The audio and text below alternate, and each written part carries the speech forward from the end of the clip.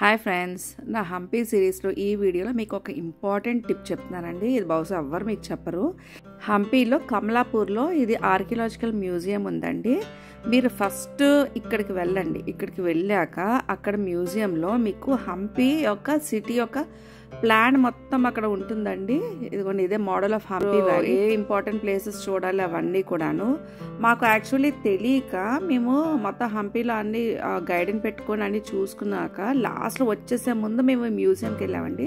అప్పుడే మాకు తెలిసింది గైడ్స్ ఎన్ని ప్లేసెస్ మాకు వదిలేశారు, అక్కడ ఏం ప్లేసెస్ ఇంపార్టెంట్ ఉన్నాయి, ఏమి చూడాలి, ప్రతిదీ ఇక్కడ రాసి ఉంది. సో మీరు హంపీ వెళ్ళినప్పుడు మాత్రం ఈ పొరపాటు అస్సలు చేయొద్దు. ఫస్ట్ ఈ మ్యూజియంకి వెళ్ళండి. ఈ మ్యూజియంలో మీకు క్రిస్టల్ క్లియర్గా ప్రతిదీ రాసి ఉంటుంది డీటెయిల్డ్గా. తర్వాత మీరు గైడ్ని పెట్టుకొని అని చూడండి. ఈ విజయనగరం సామ్రాజ్యం 1336 నుంచి 1565 వరకు ఉండేదండి.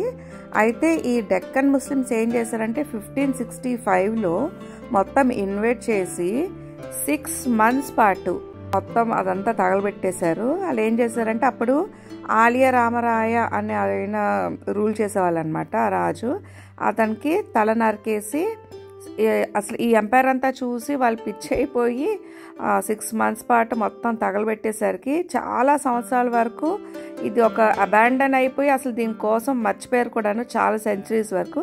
ఇప్పుడు రీసెంట్గా ఇదంతా ఎక్స్కవేషన్ చేసి యునెస్కో వాళ్ళు వరల్డ్ హెరిటేజ్ సైట్ అని దీన్ని రికగ్నైజ్ చేశారు.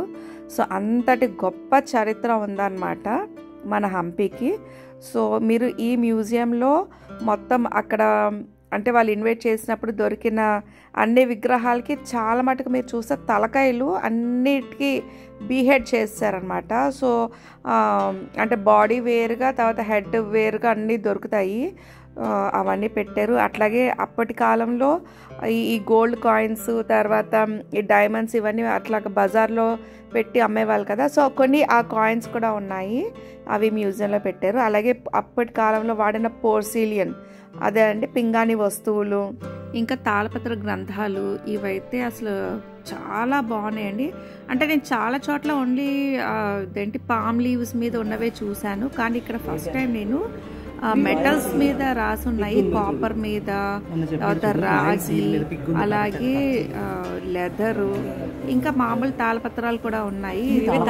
మీకు చూపిస్తున్నాను, ఇవన్నీ మామూలు తాళపత్రాలు. బట్ మీకు ఒక ఇంట్రెస్టింగ్ ఏంటంటే ఇది లెదర్ మీద రాసి ఉంది.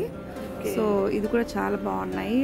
అలాగే విలువ కట్టలేని ఎన్నో చాలా విలువైన వస్తువులు ఉన్నాయండి. మీరు ఈ మ్యూజియం మాత్రం అస్సలు మిస్ చేయొద్దు. మన చరిత్ర ఏంటి అన్నది మొత్తం తెలియాలంటే ఇది చూడాలి. ఇదైతే ఎక్సలెంట్ అంటే ఎక్సలెంట్. అంతేకాకుండా అప్పుడే ఎక్స్కవేట్ చేసిన కొన్ని ఒరిజినల్ ఫొటోస్ కూడా ఉన్నాయండి. ఈ వీడియో మీకు అందరికీ నచ్చిందని అనుకుంటున్నాను. మరిన్ని ఇంట్రెస్టింగ్ వీడియోస్ కోసం like, share and subscribe to my channel.